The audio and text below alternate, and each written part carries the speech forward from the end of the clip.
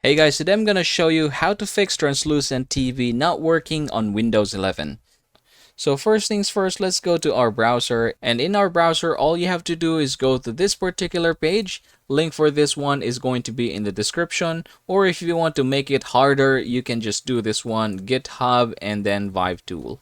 Alright, there you go. You're just going to click the first one.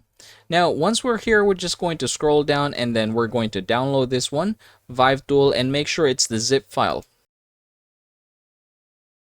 Okay, let's click this one and then we're going to open this one in the folder. Alright, that's the folder, so I'm just going to extract it in this particular folder as well. After extracting that particular folder, you should be able to find it here, and then you're going to rename this one basically with zvive. Okay, so that's the name that we want, so we have the zvive, and then we're just going to copy this and we're going to go back to our PC. We're going to go here and then we're just going to put it in here.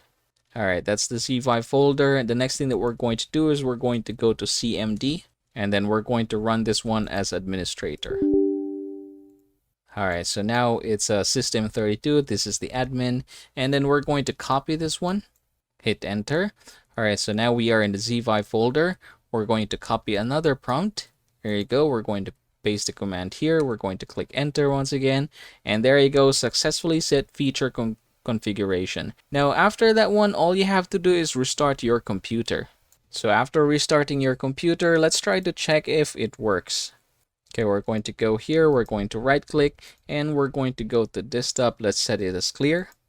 Alright, there you go. So you can see that it's working. Let's try again and do another test.